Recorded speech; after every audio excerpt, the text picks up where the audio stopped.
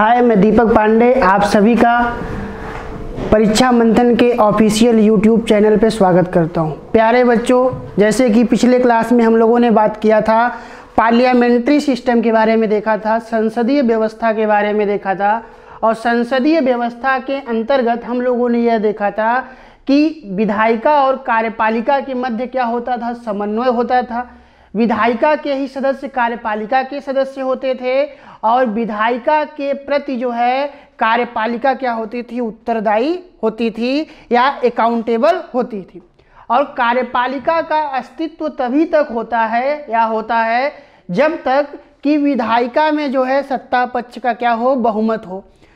इसमें हम लोगों ने देखा था, संसदीय व्यवस्था में हम लोगों ने बात किया था कि संसदीय व्यवस्था में जो वास्तविक शक्तियां होती हैं वह जो है मंत्रिपरिषद या प्रधानमंत्री में निहित होता है, जबकि हम लोगों ने देखा था कि नाम मात्र की जो शक्ति होता है वह राष्ट्राध्यक्ष या राष्ट्रपति में निहित होती। और जो राष्ट्रपति होता है भारत का वह जो है मंत्रिपरिषद की सलाह पर क्या करता है, कार्य करता है।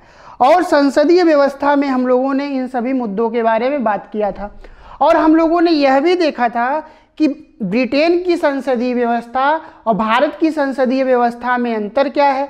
तो ब्रिटेन की संसदीय व्यवस्था और भारत की संसदीय व्यवस्था में अंतर यह है कि जो वहाँ का राष्ट्राध्यक्ष होता है वह आनुवंशिक होता है, उसका इलेक्शन नहीं होता, जबकि भारत में जो है राष्ट्राध्यक्ष या राष्ट्रपति का इलेक्शन होता है। इसीलिए हम लोग कहते हैं कि भारत एक रिपब्लिकन सिस्टम है, गणतंत्रीय व्यवस्था वाला देश है, जबकि ब्रिटेन गणतंत्रीय व्यवस्था वाला देश नहीं है बल्कि वहाँ पे राजतंत्रीय है, क्योंकि वहाँ का राष्ट्राध्यक्ष जो होता है वह क्या होता है, वह जो है आनुवंशिक होता है। तो ब्रिटेन की संसदीय व्यवस्था और भारत की संसदीय व्यवस्था में क्या है, यही अंतर है। तो भारत की संसदीय व्यवस्था का मतलब कि भारत एक संसदीय गणतंत्रीय व्यवस्था वाला देश है, जबकि ब्रिटेन जो है संसदीय राजतंत्रीय व्यवस्था वाला क्या है, देश है। आइए अब हम लोग बात करेंगे अध्यक्षीय व्यवस्था के बारे में, प्रेसिडेंशियल सिस्टम के बारे में। और प्रेसिडेंशियल सिस्टम में जो है विधायिका एवं कार्यपालिका के संबंधों के आधार पर, कहने का मतलब यहाँ पे विधायिका एवं कार्यपालिका के मध्य, विधायिका एवं कार्यपालिका के मध्य, कार्यपालिका के मध्य विलगाव होता है, विलगाव होता है या यहाँ पे सिपरेशन ऑफ पावर दिखाई देता है। कौन सा पावर दिखाई देता है, तो सिपरेशन ऑफ पावर दिखाई देता है, जबकि पार्लियामेंट्री सिस्टम में ऐसा नहीं था। पार्लियामेंट्री सिस्टम में क्या था, विधायिका एवं कार्यपालिका के मध्य समन्वय था, लेकिन यहाँ पे क्या है, विधायिका एवं कार्यपालिका के मध्य विलगाव है। इसका मतलब क्या है, विधायिका के सदस्य कार्यपालिका के सदस्य नहीं होते, विधायिका के सदस्य कार्यपालिका के सदस्य नहीं होते और कार्यपालिका विधायिका के प्रति उत्तरदायी नहीं होता।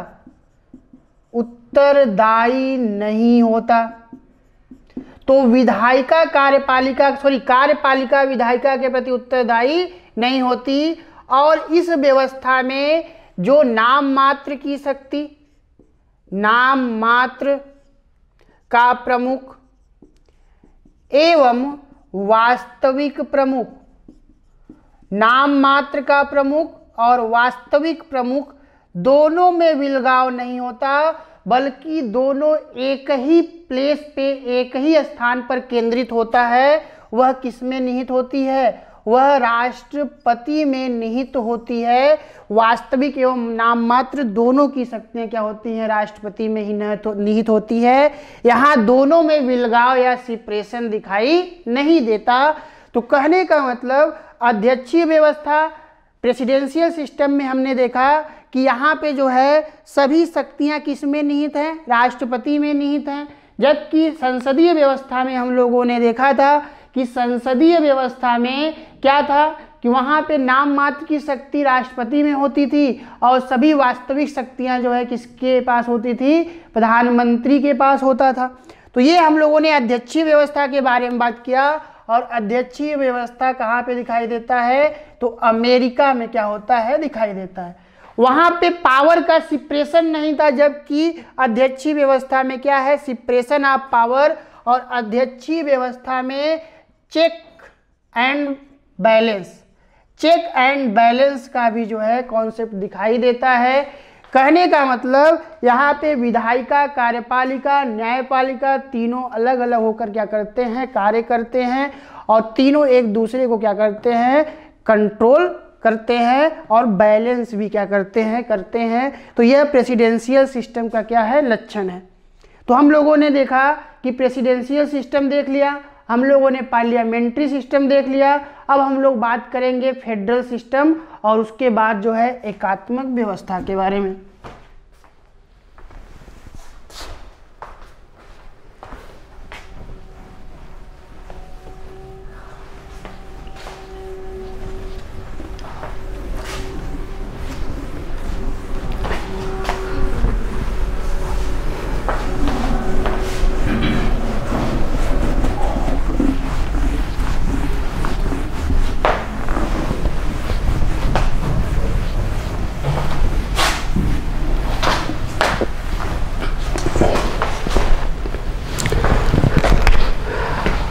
अब हम लोग देखेंगे संघात्मक व्यवस्था।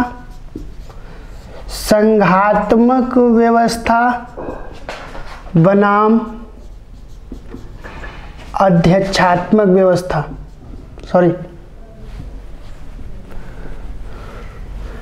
एकात्मक व्यवस्था।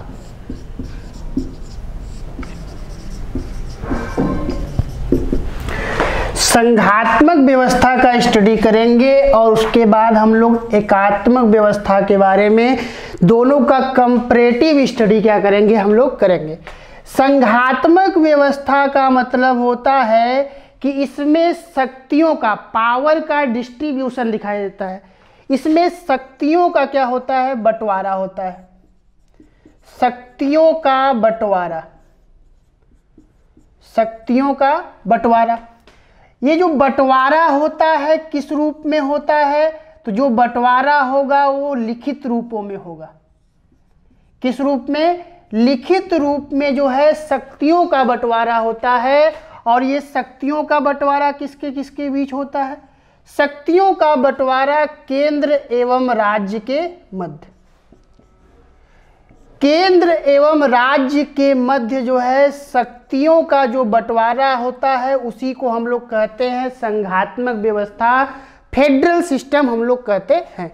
तो संघात्मक व्यवस्था के अंतर्गत शक्तियों का बंटवारा होता है। वह बंटवारा किस रूप में होता है, लिखित रूप में होता है। किसके स्तर पर होता है, तो केंद्र और राज्य के स्तर पर जो है यह बंटवारा दिखाई देता है। जबकि एकात्मक व्यवस्था के अंतर्गत शक्तियों का संकेंद्रण होता है।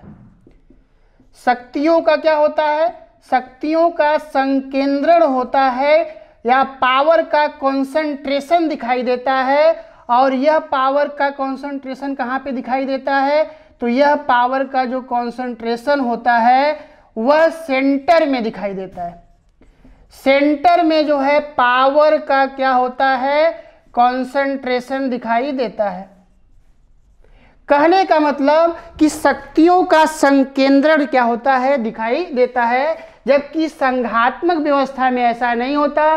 संघात्मक व्यवस्था में शक्तियों का बंटवारा लिखित रूपों में दिखाई देता है केंद्र एवं राज्य के स्तर पर। इसमें जो भी चीजें दिखाई देंगी वह दोहरी रूपों में दिखाई देंगी। जबकि एकात्मक व्यवस्था में जो है दोहरी रूपों में नहीं दिखाई देंगी, यह एकहरी रूप में या एकल रूप में क्या होगा, दिखाई देगा। आइए हम लोग उदाहरण से चीज़ों को समझने का प्रयास करते हैं। एग्जाम्पल क्या करते हैं, देखते हैं। अगर संघात्मक व्यवस्था होगा तो वहाँ पे जो लक्षण दिखाई देगा, वहाँ पे दिखाई देगी दोहरी शासन प्रणाली। शासन प्रणाली कैसी दिखाई देगी? दोहरी शासन प्रणाली दिखाई देगी। दोहरी शासन प्रणाली का मतलब क्या है? दोहरी शासन प्रणाली का मतलब यह है कि दोहरी विधायिका, दोहरी विधायिका, दोहरी कार्यपालिका, दोहरी कार्यपालिका, दोहरी न्यायपालिका, दोहरी न्यायपालिका, दोहरी लेखा प्रणाली, दोहरी लेखा प्रणाली, दोहरी प्रशासनिक प्रणाली, दोहरी प्रशासनिक प्रणाली, दोहरी नागरिकता, दोहरी नागरिकता। तो इसके अलावा भी एग्जाम्पल है, ये सभी क्या है? उदाहरण है किसके? संघात्मक व्यवस्था के, फेडरल सिस्टम के। अगर फेडरल सिस्टम जो है वहाँ पे दिखाई देगा तो जो भी चीज़ें होंगी वह दोहरी रूपों में होंगी, दोहरी शासन प्रणाली के रूप क्या होंगे? दिखाई देंगे। जबकि एकात्मक व्यवस्था में मैंने बताया कि एकात्मक व्यवस्था का जो उदाहरण है वहाँ दोहरी रूपों में नहीं दिखाई देगी, बल्कि वहाँ पे जो है एकहरी शासन प्रणाली क्या होगा? दिखाई देगा। एकहरी शासन प्रणाली, एकहरी शासन प्रणाली। एकहरी शासन प्रणाली में हम लोग देखेंगे एकल विधायिका, एकल विधायिका, एकल कार्यपालिका, एकल कार्यपालिका, एकल न्यायपालिका या एकीकृत न्यायपालिका, एकल नागरिकता, एकल नागरिकता, एकल प्रशासनिक प्रणाली,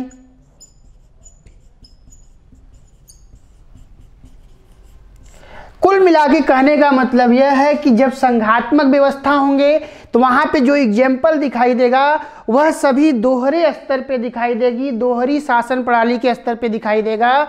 जबकि एकात्मक व्यवस्था में जो है एकहरी शासन प्रणाली के स्तर पर चीज़ें क्या होंगी? दिखाई देंगी। जैसे एकल विधायिका दिखाई देगा, एकल कार्यपालिका दिखाई देगा, एकल न्यायपालिका दिखाई देगा या एकीकृत न्यायपालिका दिखाई देगी, एकल नागरिकता होगा, एकल प्रशासनिक प्रणाली होगी, एकल लेखा प्रणाली होगी। कुल मिला के कहने का मतलब क्या होगा? जो भी होगा वह एकल रूप में होगा। तो आइए हम लोग कंपैरिजन करते हैं कि अगर यह प्रणाली भारत में दिखाई देगी तो हम कहेंगे भारत जो है संघात्मक व्यवस्था वाला देश है। अगर एकात्मक व्यवस्था के लक्षण दिखाई देंगे तो हम कहेंगे कि भारत एकात्मक व्यवस्था वाला देश है।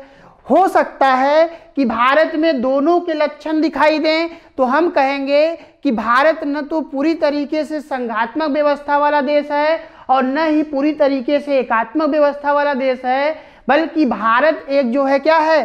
संघात्मक व्यवस्था वाला देश के साथ साथ एकात्मक व्यवस्था वाला लक्षण भी दिखाई देता है। तो इस प्रकार हम कहेंगे कि भारत में जो है संघात्मक प्लस एकात्मक, संघात्मक प्लस एकात्मक व्यवस्था के लक्षण दिखाई देते हैं। तो संघात्मक व्यवस्था प्लस एकात्मक व्यवस्था इज इक्वल टू अर्ध संघात्मक व्यवस्था। अर्ध संघात्मक व्यवस्था या क्वैसी फेडरल सिस्टम। तो अगर आपसे यह कहा जाए कि भारत संघात्मक व्यवस्था वाला देश है तो यह स्टेटमेंट सही होगा या गलत होगा? तो यह स्टेटमेंट क्या होगा? गलत होगा। या यह कहना कि भारत एकात्मक व्यवस्था वाला देश है, यह भी स्टेटमेंट क्या होगा? गलत होगा।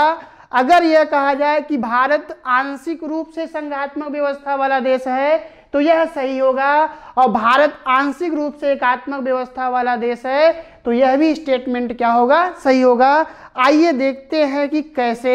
अगर हम कंपैरिजन करें तो भारत में दोहरी विधायिका है तो भारत में दोहरी विधायिका के लक्षण दिखाई देते हैं।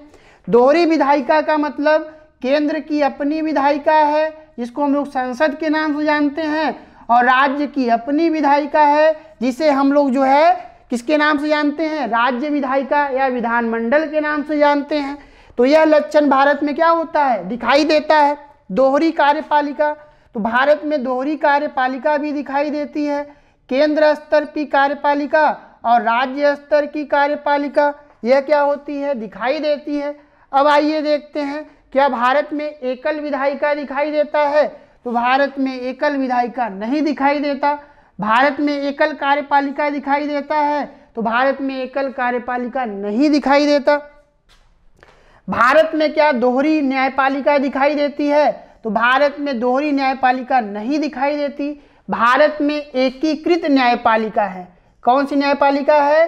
भारत में एकीकृत न्यायपालिका है या एकल न्यायपालिका है। तो जो एकीकृत न्यायपालिका है वह किसका लक्षण है? वह एकात्मक व्यवस्था का लक्षण है। तो इस प्रकार भारत में दोहरी न्यायपालिका नहीं दिखाई देती। फिर आइए देखते हैं, क्या भारत में दोहरी प्रशासनिक प्रणाली दिखाई देती है? तो दोहरी प्रशासनिक प्रणाली दिखाई देती है। भारत में एकल प्रशासनिक प्रणाली नहीं दिखाई देती। फिर आइए हम लोग देखते हैं, क्या भारत में दोहरी नागरिकता दिखाई देती है? तो भारत में जो है दोहरी नागरिकता नहीं दिखाई देती। भारत में कौन सी नागरिकता दिखाई देती है? तो भारत में एकल नागरिकता दिखाई देती है। तो इस प्रकार आप देख रहे हैं कि भारत में कुछ लक्षण जो है संघात्मक व्यवस्था के दिखाई दे रहे हैं और भारत में कुछ लक्षण जो है किसके दिखाई दे रहे हैं? एकात्मक व्यवस्था के लक्षण दिखाई दे रहे हैं।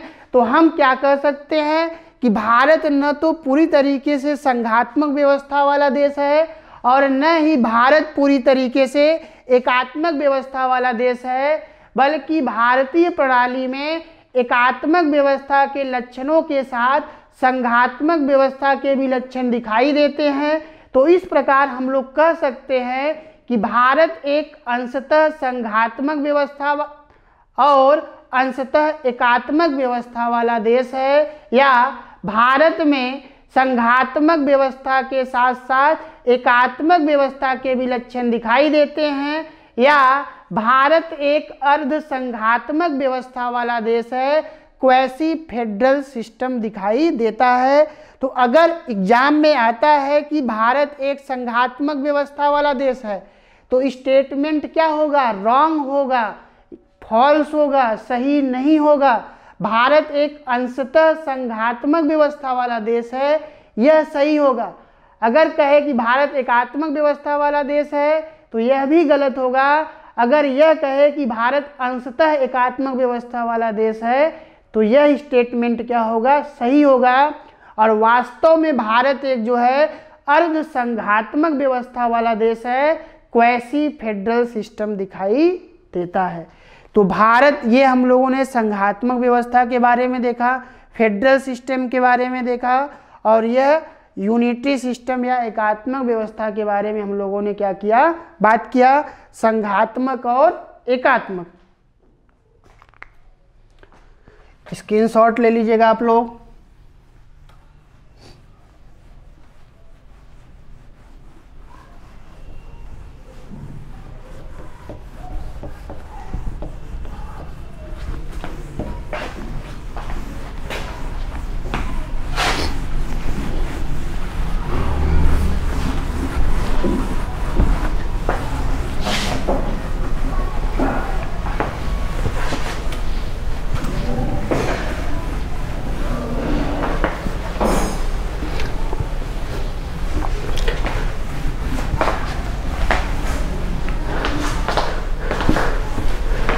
मैं कुछ स्टेटमेंट लिख रहा हूं।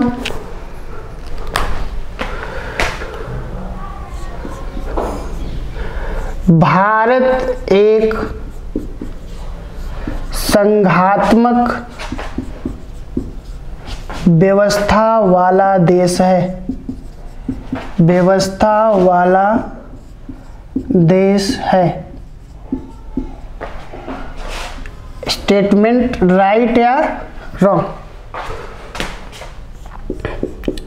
भारत एक अंशतः संघात्मक व्यवस्था वाला देश है।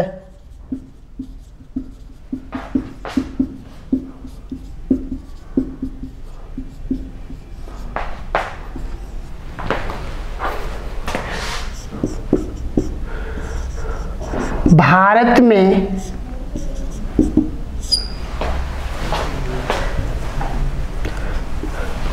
भारत एक एकात्मक व्यवस्था वाला देश है।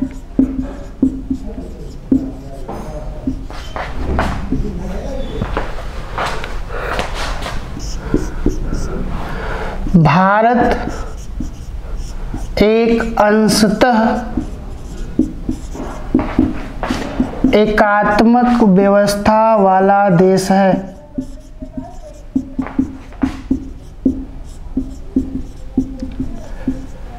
देश है।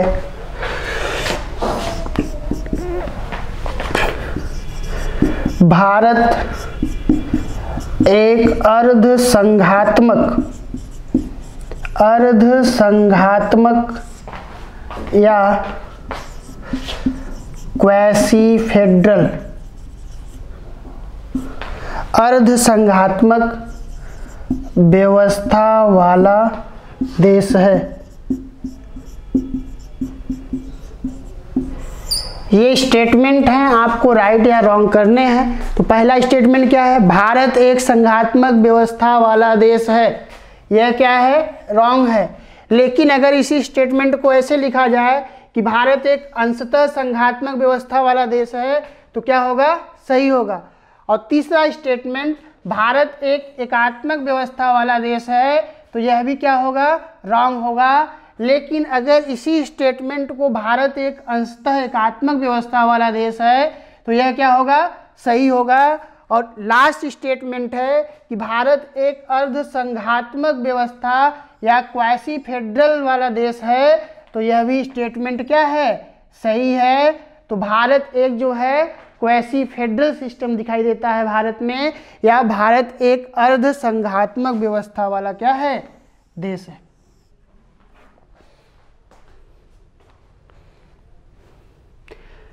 स्क्रीनशॉट ले लीजिएगा।